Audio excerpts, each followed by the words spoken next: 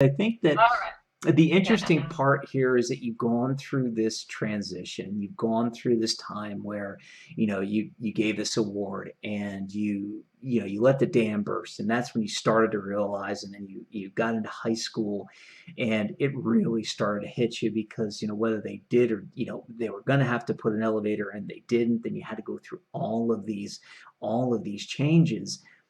At what point at what point during this process did you find this love of art, and did you turn this into your life passion and go from wherever you were and allow everything to say, look, this is the one thing that I am super good at, that I can do better than a lot of people. Well, of course, for me, it wasn't like a straight road to get to there either because I wound up after high school, I took half a degree of psychology at the University of Lethbridge, and I was enjoying it. And then all of a sudden, I realized, you know what, this is not what I'm meant to be doing. I need to take a break. The university's not working. I was living on my own in Lethbridge, and my parents had moved away, and it was just like I was stressing out from the pressures of school and everything. So I thought, you know what, I'm gonna just take a semester off, go, and I moved back home with my parents, and I subletted my apartment.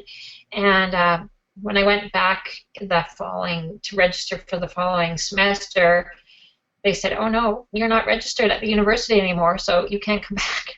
So I said, "That's it. This is not what I meant to be doing. I'm going to do something else." So it's like, just for the moment, all right, see ya.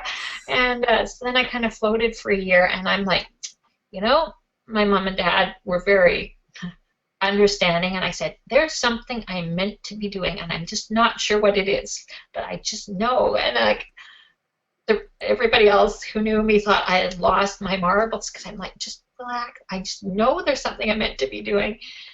And almost a year later to the day, this lady came out to visit my mom, and she took one look at me and she's like, Caprice, I'm not painting right now. I've been a professional painter for 30 years and I've been a teacher for 30 years. I want to teach you to paint. And I said, no, Karen, I have no talent. I can't draw. So thanks very much, but you know, it's not for me. I'm telling you, I've tried painting and it's not for me. I'm creative, but I'm not a painter. Caprice, I really want to teach you to paint. And I said, well, okay, Karen, I'll take you up on it just because I have nothing better to do right now. Honestly. And if she was here, she would tell you that that's exactly what I said. And so then first of all, she was very, very strict teacher. So she started teaching me all the theories and the rules of fine art. And it was a lot of heavy duty, boring theory. And then finally she saw she was losing me. So she handed me the paintbrush. And from the first moment she handed me that paintbrush, there was no turning back. It was there from that moment on. And I never stopped. And then a few months later, I went to the art store. They had a big, huge sale at the art store in Calgary, and I bought $800 worth of supplies because this is what I was going to do for the rest of my life. This was it. And I never stopped since. And that, it's been 20 years, and I'm still at it. So, Oh, I'm laughing because it's like the old adage, you burn the bridges or burn the boats. It's like, you sail to the new world and then you set the boats on fire and send them back out and go, hey, there's no turning back. There's no yeah, turning back exactly. now. That's it. Yeah. For You know what me, it that was, Yeah, and yeah. it's so interesting because, you felt there was something more. And I always tell a story, whether you believe in God, the universe, any higher power than you, I believe that that higher power, uses both feathers and two by fours to end up teaching you and taking you in the right direction where you should be.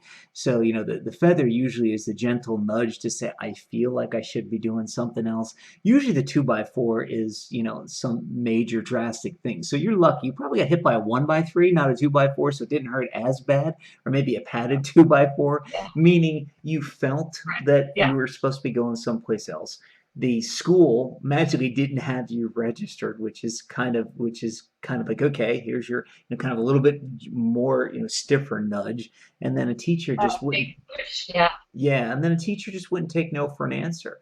Um, Yeah. it's so the interesting part is, and you said it first, you resisted because you didn't think you could do it. Now, here's what I find interesting. You've overcome so much in your life. Why did you think, what was leading you to think you couldn't be an artist after you've overcome so many other challenges in your life?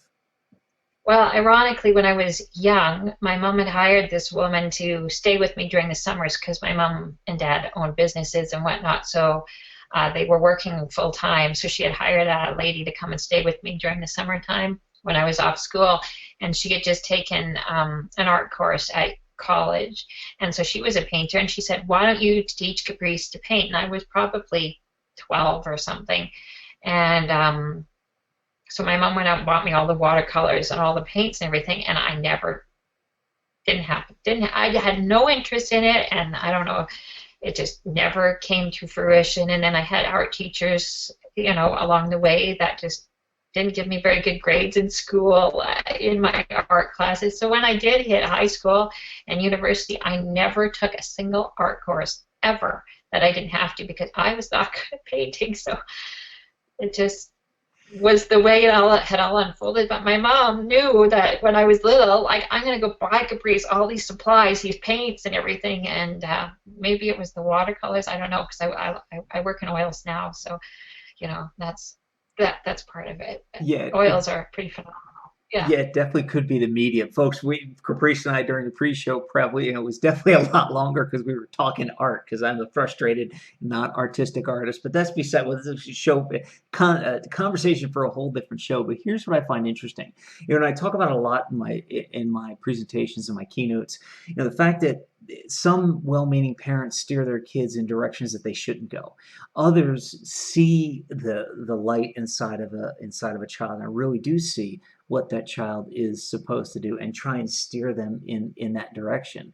I find it interesting that your mom was steering you in the direction of art, and now after your heavy resistance back for all these many years, now you're an epic accomplished artist. So one of the last questions I want to ask you before we take a quick break is this: when your mom was nudging you in the direction of becoming an artist, why did she do that? I mean, what did she see in you?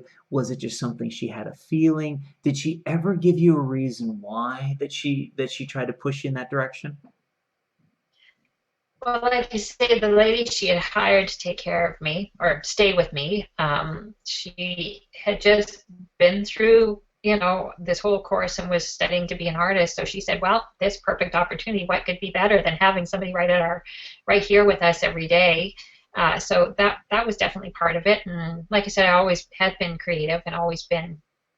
My hands were always busy as a child, so I guess it was a natural progression, perhaps. But yeah, yeah. But my mom's very wise too. She's a very wise woman, so she's on it usually. Well, and part of the reason I ask that is because I would love our viewers to be able to take something away from this piece, and really this ends up, this stretches your entire journey. And the fact of it is that you were creative, and your hands were always busy. So it does kind of make a natural extension into, okay, why don't we take the next step and do something creative with our hands, and that would be art. So that does make perfect sense. Part of the reason I ask is because, like I said, I was hoping for you to be able to take something away so that if they have kids, they can learn that difference between what is pushing them in the wrong direction and trying to get them to do something they're not meant to do, or For push them in sure. the right direction to get them to do something they were meant to do. Like, I tell one of the stories I tell about myself is the fact that I was a catcher in baseball growing up, and my adopted dad always wanted to make me a pitcher. And the short version is that, and I'll tell a longer version at some point in another episode of Expert Showcase. But the short version is that one decision, had he not, I don't begrudge him for it, but had he not tried to force me to be a pitcher, and had he just really nurtured that catcher's instinct, I definitely would have gone on to, at least play high school and college ball and other things, because I was a fairly good hitter I was a really good hitter when I was a kid. So, the interesting part is that sometimes our parents know just in a direction that they want to see us go, and other times they see something in us and push that. So it sounds like she just saw something in you, And thank goodness it meshed with something that's that turned out to be a lifelong passion, right? But absolutely. But you know what? My mom provided me with all this art supplies and a teacher to teach me when I was, like I say, 12, 11, 12 years old. And it didn't come to fruition for another decade. So sometimes you have to be patient. And she never pushed it on me. She said, "Here you go, give it a go." And when I said no, I wasn't interested, and those supplies sat in my cupboard for all those years, and I never went anywhere. I never did anything with it. It's but also an art teacher today, and I have had a lot of young students and a lot of parents doing what you're describing there. And just recently, I had a 16-year-old young girl, and the mom was very excited because she said, "You're showing my daughter that being an artist it's possible to do this as a career." And when she first said that, I kind of gasped because, like, uh, you may not want your daughter to go into this because it's on the one hand, it is the best life ever, but it's not for everybody at the same time. It's not easy, and everybody's heard the whole deal about the starving artist. Well, it's not an easy go of it, let me tell you. And there's a lot to talk about on that topic. Well, but when she first said, I'm like, well, you better warn your daughter. I got to talk to your daughter about what that entails. Like, it's not all, like, for me, there's no option but to do this. Like, that's just the way it is. Like, there's no, there have been those dark days. And I think I even sent you a note a few months back saying, "Chris, my business is never going to take off." And then the next day, like, I sold a painting and then it was all fine again. It's like, that's the life you lead. And so it's all up and down, and you have to definitely be in a certain mindset in order to be a painter for a career, because it's not the easiest career to choose in the world, that's for sure. So you need to for sure be on the Yeah, So for that parents is. to push their children into one direction, it definitely needs to be Yeah. in their heart and soul, I guess.